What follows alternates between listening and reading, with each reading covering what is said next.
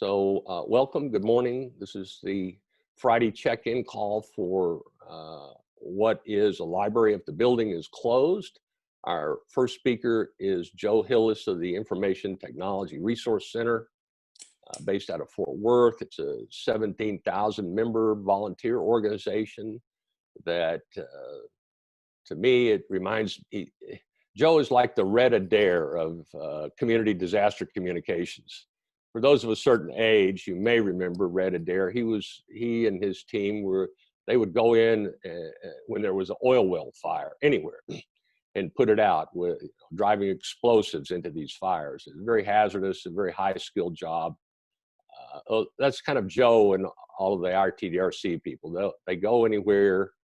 They offer a free service. They have equipment and a lot of talent and skill in dealing in these crisis environments, so they know their way around the protocols. They're well known to the EMA people, and they've been a longtime partner of ours for past several years as we've worked in various kind of wireless projects related to increasing resilience. This is a slide I took off somewhere. It looks like a tweet, but it gets to the point, the kinds of places that ITRC has helped recover schools, libraries, and so forth. And Joe's going to tell us something about that. So I'm going to stop screen share now, Joe, and you can take it over if I can manage. Yeah, I've got my camera. I have my camera on for just a minute. Let me see if I can share my screen properly without just. I'm trying to stop share. Complete full here. There we go. Okay, you got it. Let's see what we can do to pull this off.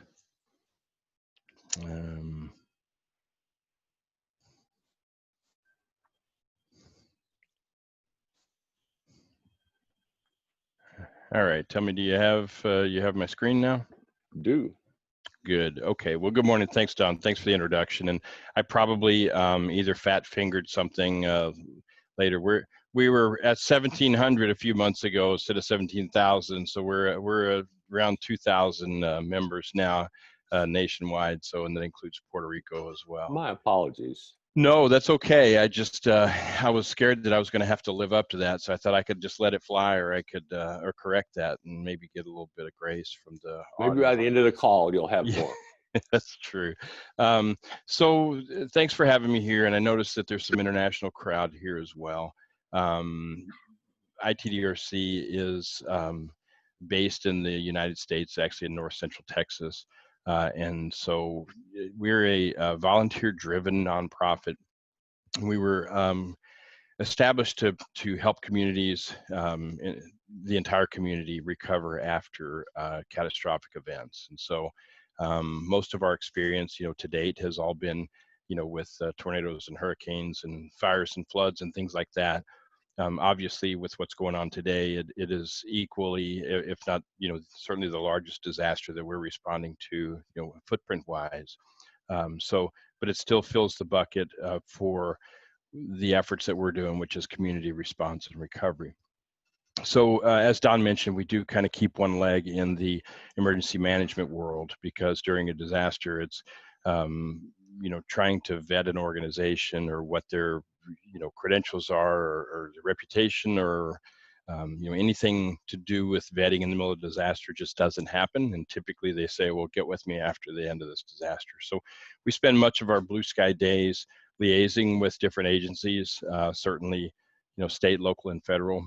For us, we play at the national space, which is sometimes a little bit easier and more credible when a smaller community is looking for us to solve a problem for them. It makes it easier for them to reach out to somebody in FEMA or whatnot to understand.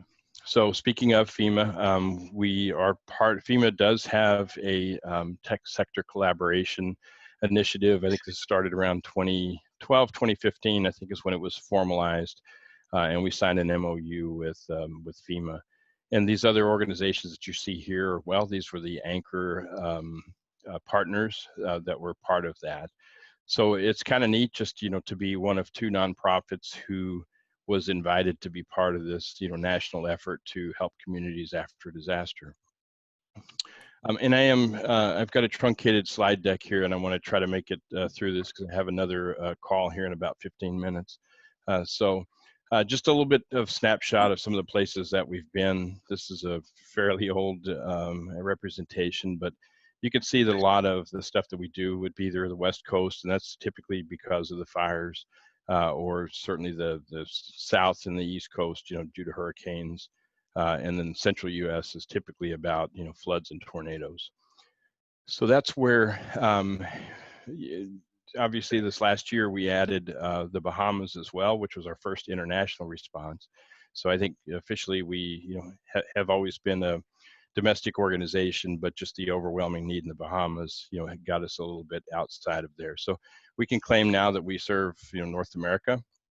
And I'm sorry to the person from France on the call, probably won't be much help to you, but we'll be there with you in spirit. What always comes up is what are our priorities? How do we determine who we help? And we follow this matrix as closely as possible. And so life safety gets the first cut at our resources. Certainly given what's happening right now, with the health crisis, I mean, that's, most everything falls in these first two buckets. So it's sometimes it's a little easier in a tornado or community type event for us to just determine which bucket things fall in, but everything right now seems to be falling in those first couple of buckets. For libraries, you would typically fall into a third bucket, which is, community recovery. And that's the, continuity of government and helping reconnect to citizens in a less critical way. But we have really one litmus test, and when we're determining whether our resources can be applied to something, and it's just does it benefit the whole community?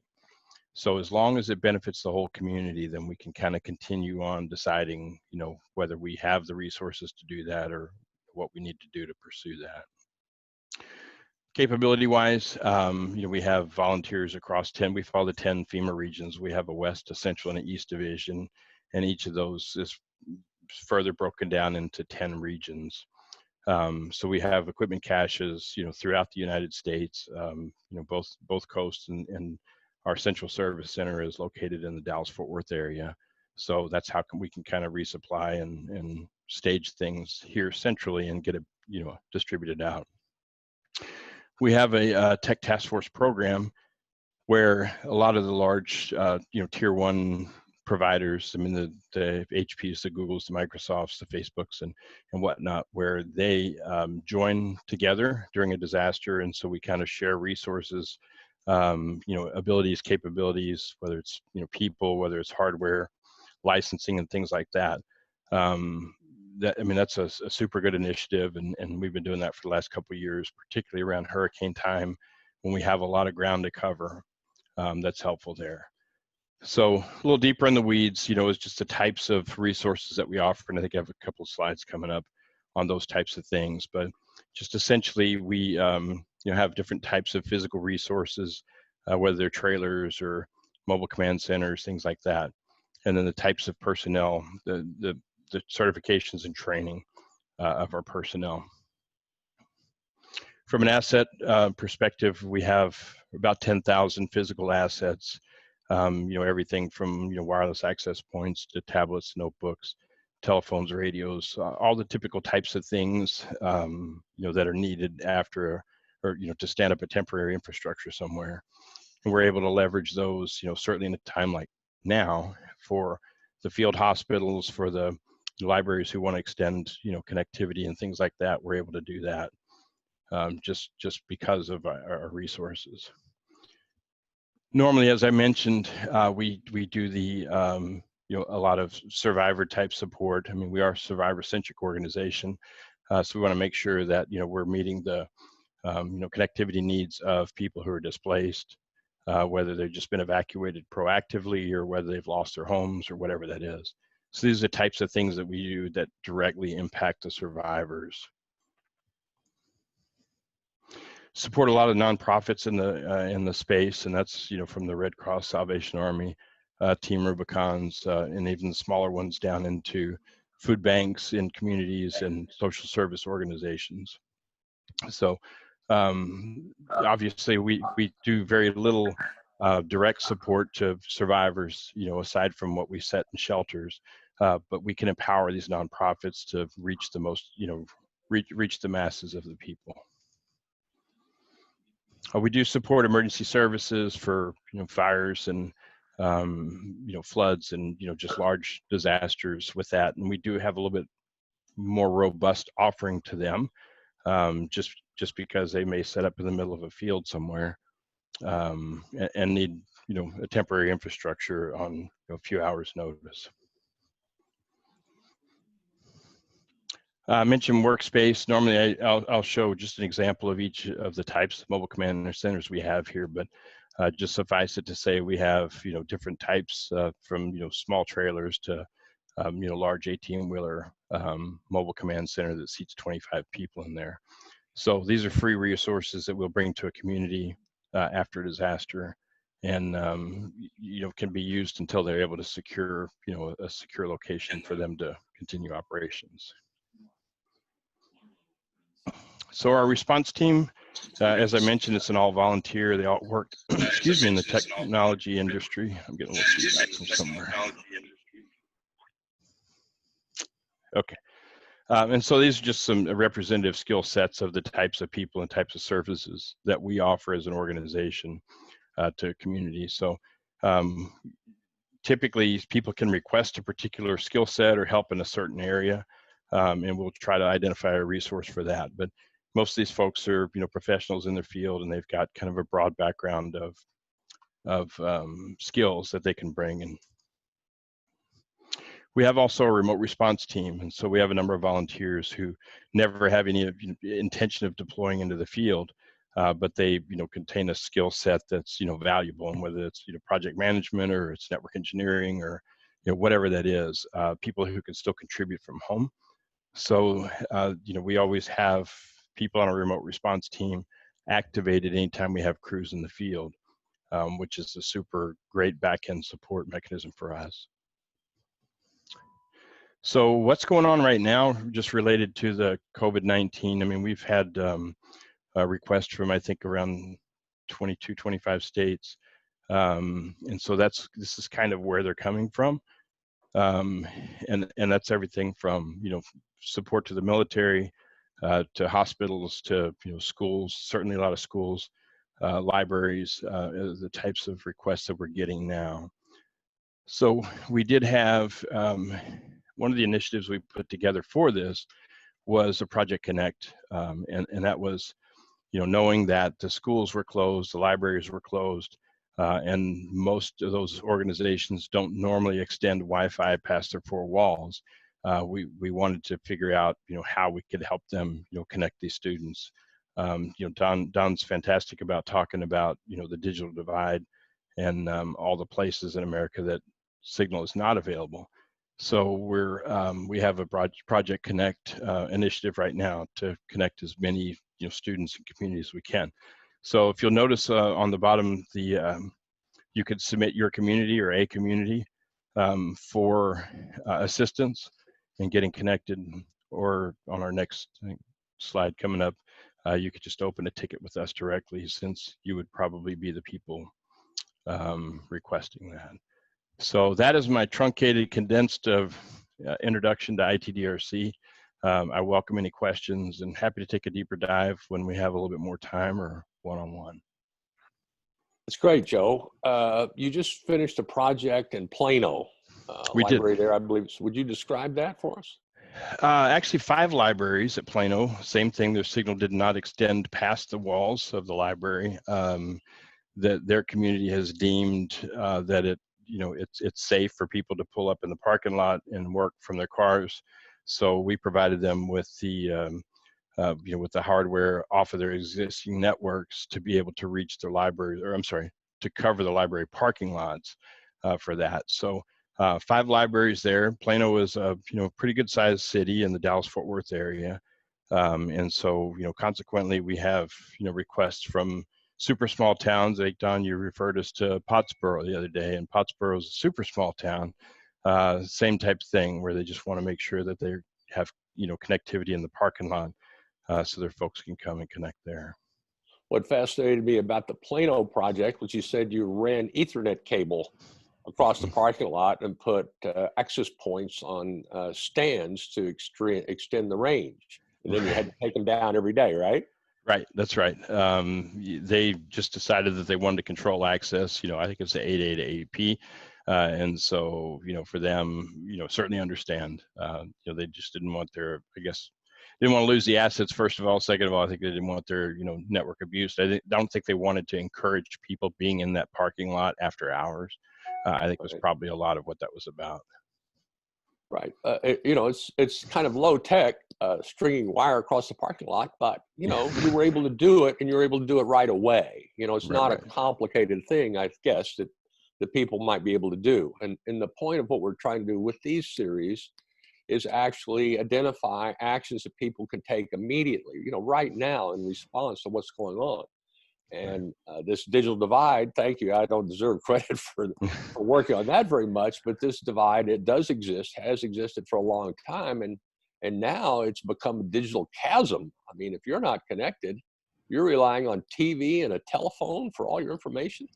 Right. That's narrow band, I would say. Yeah, that's the exception. Any other questions for Joe? I can appreciate people will want to play these slides back in slow motion so they can see a very full list of resources, places, and ideas. So it will be recorded and up later. Good. Well, Don, I appreciate the opportunity, and keep this up. I think, you have a lot of good information to share. So, and if there's anything we can do, our information's on the screen, so feel free to reach out. Let's give us a second here. Is any hands raised? I don't see any on my screen. Stephen, anybody? Okay. Only compliments, Don. Very good. Okay, Joe, great job. Keep it up. Thank you. Get some rest. Say hello to Bonnie. Be safe, even as you're doing it all. So we'll be in touch and talk to you later. Thank you all. Appreciate it.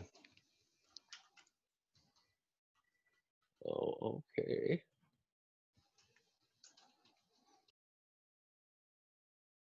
I will back to share here.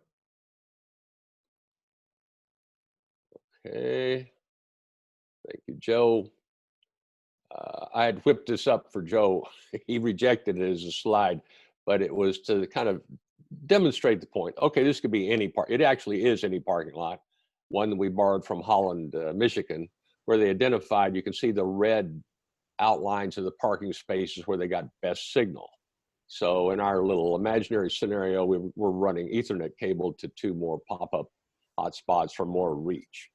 Now, most library parking lots are not so big, but we'll get to it later. We think, libraries are in position to support library hotspots farther away from the library. So for now, we happily have with us Cindy Auden from the Washington State Library, the Washington State Librarian. It's interesting, the state libraries are managed differently state by state. They have different responsibilities and priorities. Some are under the Department of Education, some are under the Department of State, as we see here. Some are independent agencies, state agencies, all kinds. They're as varied as libraries are varied. And one of the leading libraries and librarians is Cindy in Washington. You can get the full background on Cindy on her LinkedIn page. The same is true for Joe, by the way. And I won't, because it'll take the rest of the time if I just try to read that. It's exhaustive. But Cindy has an impressive background.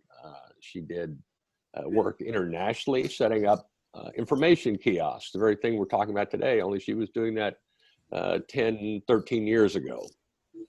Cindy also has the distinction of being the first librarian for Amazon.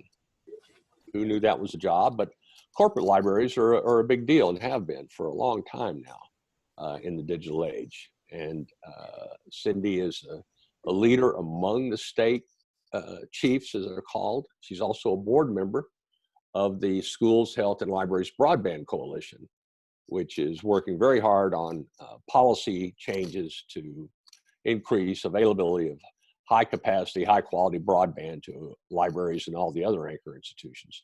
So Cindy, welcome. Why don't you tell us what's happening in the state, and I will stop sharing now so everybody can see you. All right, thank you, Don, for that amazing introduction. I will say I'm very fortunate to be part of an amazing cohort. When you're a state librarian, you get to know all the other state librarians, and that is truly one of the best parts of the job. So I am I'm a leader amongst many amazing and impressive leaders, and it has really been helpful these past couple of weeks to be talking to my colleagues and seeing how we're all coping, because Don is correct. We all have slightly different organizational structures, and it makes it challenging sometimes. People think when you're the state librarian that you control all the libraries in the state, but you all, many of you on this call are from libraries around the state.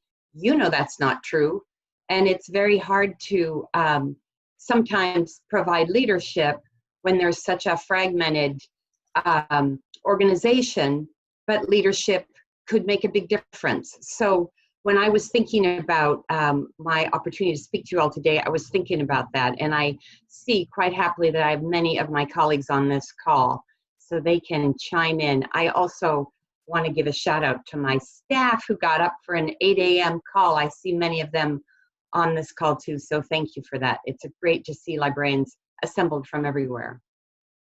So the big thing I was thinking about is that one of the most important things that's happened this past couple of weeks is the partnership opportunities and what they have led to in this emergency situation. In the state of Washington last spring, we passed a bill that established an Office of Broadband, and the director of the Office of Broadband was finally put in place in October of last fall. It was so important to have that person in place before this all started, and it's been a wonderful opportunity to raise the awareness of libraries and how they can be a partner in figuring out rural broadband challenges. And we were well on our way to having those conversations. And the other key person who was part of those conversations was, we have a land grant institution in our state. It's on the eastern part of the state, Washington State University. And part of its mission is to have these extension offices. Many of you may be familiar with this model. It's an old model. And the extension offices, I think, provide a lot of agricultural support in the early days. And so every county of Washington State has an extension office outlet from from Wazoo, as we call it, Washington State University. And there is a person, Monica Babine is her name, who is in charge of kind of coordinating rural broadband under the auspices of this extension program. And she has been a fabulous partner as well. And one of the things that she started around the state that we've really been able to build on is this notion of a broadband action team. And I will tell you that it's a really nice model, and it's a natural extension of what libraries do best, which is convene all the important stakeholders in their communities around the questions of better broadband access. And having those BATs, as we're calling them, set up in some of the rural communities around the state has really been helpful as we find ourselves in this present moment. So we've been working along all this time talking about which libraries know the most about where their holes are, if you will, in their coverage. You know, which libraries see people sitting on their porches and in their parking lots after hours? Who do we know needs the connectivity the most? And how can we bring all the players together, the PUDs, the municipalities, the county, to talk about how we might do this? And then this crisis hits. And so what we started to think about is we still need to stick with our long-term plan of real connectivity. And we need to watch for the opportunities that all of these stimulus and emergency packages may be presenting for more fiber in the long run in places that really need it. But what can we do right away that will make a difference? Because suddenly all these kids are out of school, and talk about an equity issue, it's really going to impact those kids in areas with no broadband access at all if they cannot go back to school or they can't finish their grades. So the director of the broadband office is named Russ Elliott. He came to us from Wyoming. So Russ and Monica and I started having these SWAT team meetings, these, what can we do right away? Where could we find some money? What could make a difference? And how do we involve libraries? So the libraries are closed. Many of them are closed. It took them a while to close. Many didn't want to, and we started, there was drive-by curbside services, various ways to try and keep some services going. But I think at this point, most of the libraries in the state have had to close for the safety of their staff, but also for the safety of their patrons. Honestly, it's very hard to keep people in small places 6 feet apart, and it became very hard to police that. So the libraries are closed, but how can we still remain essential, and how can we still be seen as offering solutions for our communities? So this week we took a survey of which libraries have big enough parking lots that they might consider a drive-in Wi-Fi hotspot scenario so that people will stay in their cars. Well, we know libraries are doing this all over the state already. Some of them are just leaving their Wi-Fi on, and they know that people are stopping by. And some of them turn it off after 10 at night for reasons of safety. But we were thinking of a bigger scenario with a more powerful signal, a broader reach, and making it more official, some signage. We've been talking to the local communities about what does the physical safety of the people in that parking lot look like? Do we have to worry about that?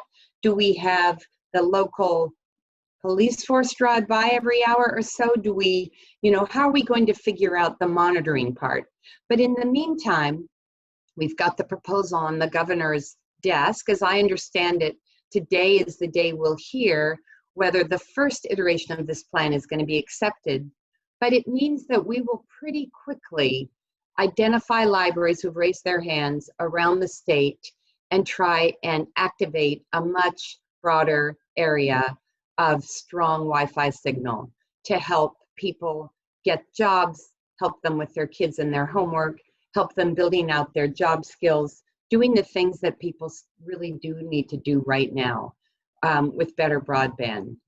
We've talked a lot about the device piece of it. You guys are probably all aware that in this most recent stimulus package, the Institute of Museum and Library Services got money.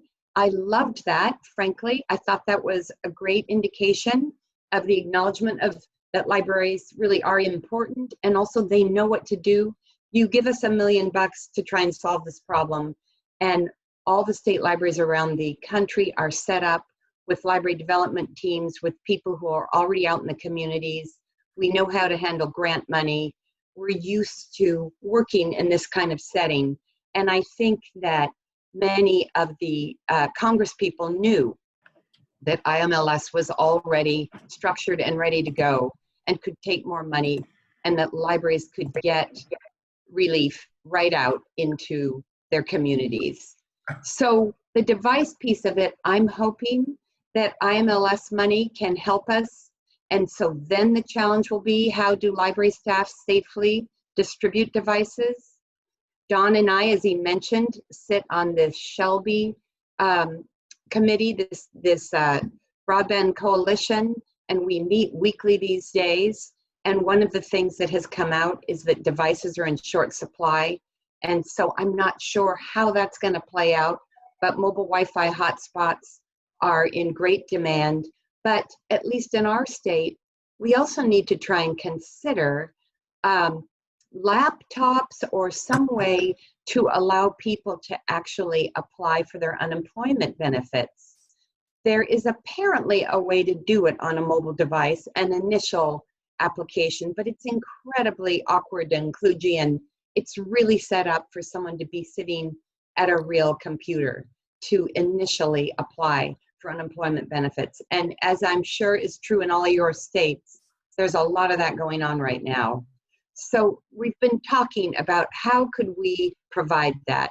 And one of the ideas that a few of us are kicking around is some libraries may be set up physically to have a small foyer or a small anteroom, some kind of smaller space where there can be a door, there can be a line with 6-foot tape, and people can one by one come in and use that. We hand them a pair of gloves and they type, and there's someone there to help them, especially if there are language difficulties or if people are interacting with the workforce development webpage for the first time, because this can be quite intimidating and challenging. So there may be an opportunity for a few physical spaces if we can guarantee everyone's safety.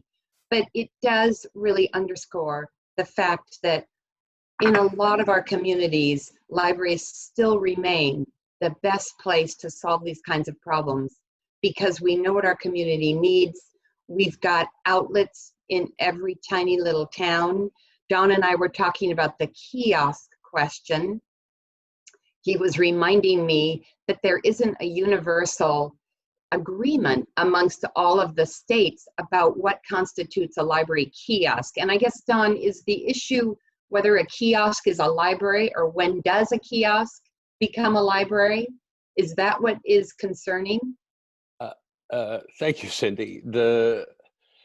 It mostly revolves around the eligibility as a library outlet. An official library outlet is an eligible, outlet, and that makes it qualified under E-rate to be funded to connect such a remote location under Category 1, and then for the local Wi-Fi under Category 2. So that's really the purpose of that, because a lot of libraries have resistance, and there's strictures against libraries, who a large number of whom are subsidized under the E-rate program, their connectivity, to not resell that, of course, or even to share it very far beyond the building.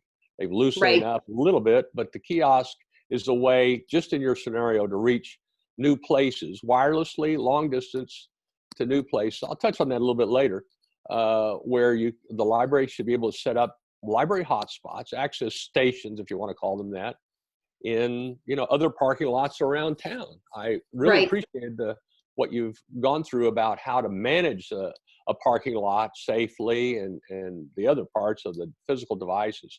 But that's mainly the thing about the kiosk is eligibility. They're treated just like bookmobiles, and so what is it? And what does it take? And it's the sole responsibility of the state libraries to make that designation. And thank you for bringing that up. Okay, well, we'll put that. I see some of my colleagues again. I know some of my folks are on the call, so make a note of that, y'all, that we need to look at that issue. I wanted to touch on a few other things before I cede the floor to questions. I know we've got about 17 more minutes, it looks like, for our program. And that is, I wanted to talk about some of the other ways that a library continues to be a library, even with the doors closed. Of course, this partnership piece is key. In my case, I was lucky enough to have this Office of Broadband to work with the Extension Office, being so active in the community and already working with libraries, really created a great starting place here in Washington State. One of the other things we've done at the State Library that I'm really excited about concerns open data. And open data is freely available data created in a lot of cases by government agencies. It's the kind of data that's stored, and sometimes people want to know about like crime rates in different neighborhoods and tax, a map of the tax structure or values across the county, that kind of official data. And there's been quite a movement towards having libraries involved in helping to curate that data, helping to guide users to how to find and use that data, and that libraries are great partners with their municipalities in helping make that data more useful and visible. And in Washington State, we partnered with our technology, the technology arm of our state government, WATEC, and with their open portal, data.wa.gov. And one of my librarians, a fairly recent graduate from the University of Washington's Information School, started working with them and helping them, giving them guidance on that data and helping them make sure the data was consistently represented with, like, for example, dates and authors and titles, so it could all be found and organized. And we have started to populate data.wa.gov with some data sets as a result of this recent event. We have one spreadsheet out there that has all of the information that we've been able to gather about the status of the libraries around the state. As they started closing or offering limited services or doing innovative things, we started to capture that in a data set.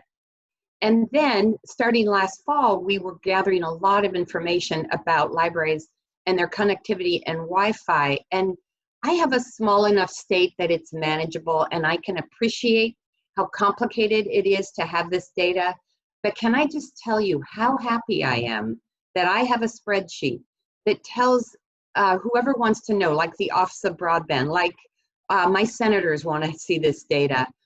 What is the status across the entire state of every library? How fast is the speed? How much are they paying for it?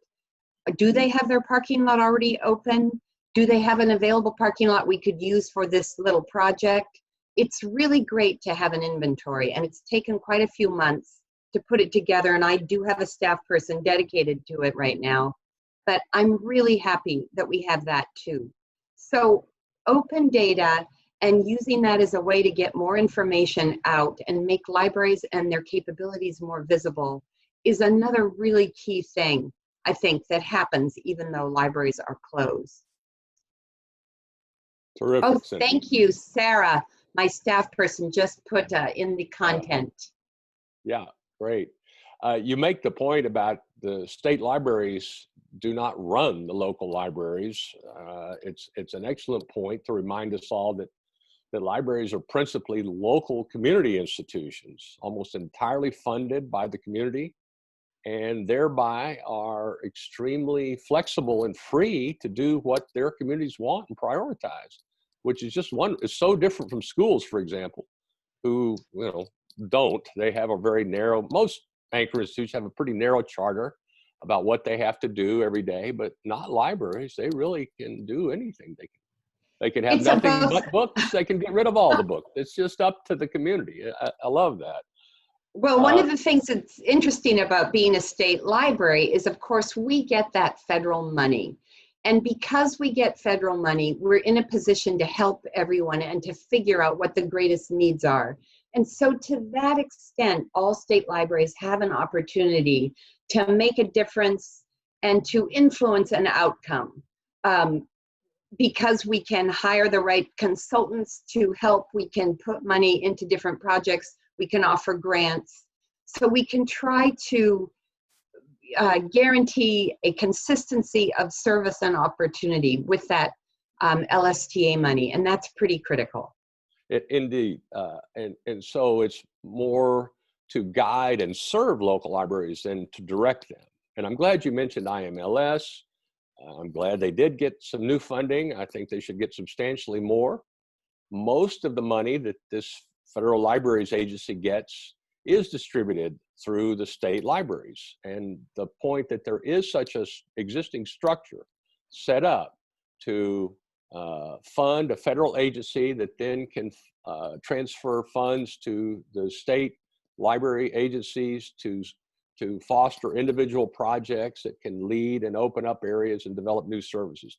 It's really ready for expanding, and we've been advocating that they dramatically increase the IMLS budget, not by 50 million, but maybe 10 times that, because I think that's the situation we're looking at. And luckily, they have a new director, a library person is just taken over the head of IMLS. It alternates between museum and library people every 4 years. So that's in good shape. And it also makes the point of the work you had done on collaborations that you thought, well, this is kind of hard, you know, and maybe it'll be helpful. And then suddenly something like this happens. You go, boy, are we glad we did that? We invested time to create something like that. There are a lot of those kinds of stories. So one other thing, I wanted to mention briefly the TV white space opportunity, because I would say that in terms of a strategy, there is a short-term tactical strategy. Let's do something right away that makes a difference, makes people feel better, especially if the governor's office is going to give us, I don't know, 700K, $1 million, and we can just hit the ground running. And then let's think about some other technologies that are still pretty affordable and available that could make a difference. Now, TV white spaces in our state, Microsoft has been doing some different projects with TV white space. I got an email this morning, looks like there's another opportunity. And Microsoft has a philanthropy director, a lovely man, who really is looking for ways to make a difference in rural communities. And Microsoft has even, yes, they have. They've kind of piggybacked, it's very complicated, the different kinds of layers of opportunity that are being built. But 4-H, interestingly enough, is another organization that has been channeled, if you will, to try and do digital literacy in their communities. And that is kind of dovetailing with the communities where the TV white space is being developed. So there's this whole kind of infrastructure, if you will, that's trying to be built out in rural communities. And Microsoft has been behind a lot of that. One of our tribes, the Yakima tribe, and our very fabulous librarian there, Marita Kipp, has been playing around with a white space, a TV white space technology on her tribal land. And I'm grateful that she has been working on it, because we have an example of what that looks like and what it's taken to stand it up and get it to work. It feels to me like between the CBS spectrum, which is right now available for tribes exclusively for a little while, and the TV white space, there are some midterm opportunities, again, through partnerships that we might be able to find while we're looking ahead to that longer term investment in real fiber or towers or whatever it's going to take to reach the last corners of our state.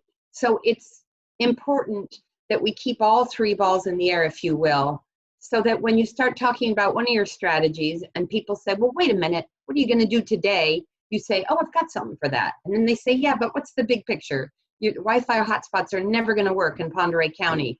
And you say, I know, I've got a plan for that too. So kind of having a bigger picture, I think, is very helpful. And that's where these partnerships of people who really know what they're doing in this space are really helpful. Great, Cindy. I couldn't have summed up the near term and the long term thinking better. You said it, and it provided a perfect segue for me to get back the screen here and move to basically your point.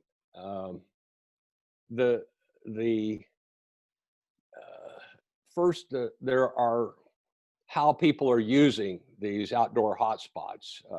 I'm glad you mentioned the Yakima project. We funded that out of our library's white space grant. We've been working with TV white space and how to extend this for some time. This just in from Pottsboro in Texas, where there's drive-in gaming. So you get that, they project right there on the side of what looks like a trailer, a screen, and people are driving up and, playing some game, Mario Kart. Anyway, it's just the invention that's going on. It's so gratifying and encouraging right now. In terms of other kinds of wireless, this is a project in Nebraska that we're also supporting. And this is a town of Plymouth, which is 4 miles from the nearest school.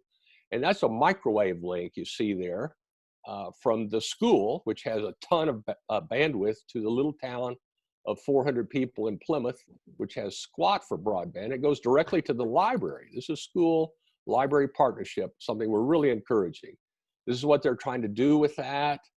They're splitting the signal so that part of it will be distributed to the students that live in the little town, and the other part will be for library patrons. And they'll use TV white space or whatever else wireless around to spread the signal on the little town. Very cool, very innovative, the kind of thing that could happen in a lot of places, because in a lot of places, the small town library doesn't have much for broadband, whereas the school more typically will have a lot of it. Just to touch on the white space project that we've been working on, that Cindy kind of mentioned there, it uses open spectrum in the TV bands. But like I just showed with the Nebraska project, we're agnostic about the specific kinds of connectivity. It's just that wireless is quicker to do, and right now is a priority. All libraries should have a gigabit fiber connection, but they don't. And so today, what can we do to increase that so that they can increase the access to their own patrons in the neighborhood? So using this availability by library Wi-Fi. Yeah, so it can support remote hotspots in remote, in new parking lots, like Cindy was talking about. I want to get back to that maybe after the session is over on what kind of strategies. And yes, Microsoft has been leading in this. This is a basic image, and the capability of these frequencies to go around and over objects. It's what makes it special. It's why they put TV broadcast there in the first place. This is a typical project with a hub, a library feeding, several remote locations around town. And also as a way to connect the anchor institutions themselves, and ideally should run as its own kind of wireless network that could function independently, even in an outage. Electricity or even the internet could go out. Having that kind of a redundant wireless connection between these second responders is a term where they supply services in disasters. That's what that project secondness is about. Of all the scenarios that we, imagined, all the ones Joe listed earlier, a pandemic was not one of them, and yet here they are, libraries doing things to help people. So I will try to stop sharing now. I'm sorry, we're down to just a few minutes. We will record these, and I'll try to do better in the future to have more open conversation, because I know a lot of people are thinking about a lot of things. Send them in, and we'll post anything you have now, any links. And we do have a few minutes for questions for Cindy or for each other. Let's open it up now, and we can stop the recording, Stephen, so that people can just speak freely and say nasty things about anybody they want to. Oh, I said that on recording, didn't I?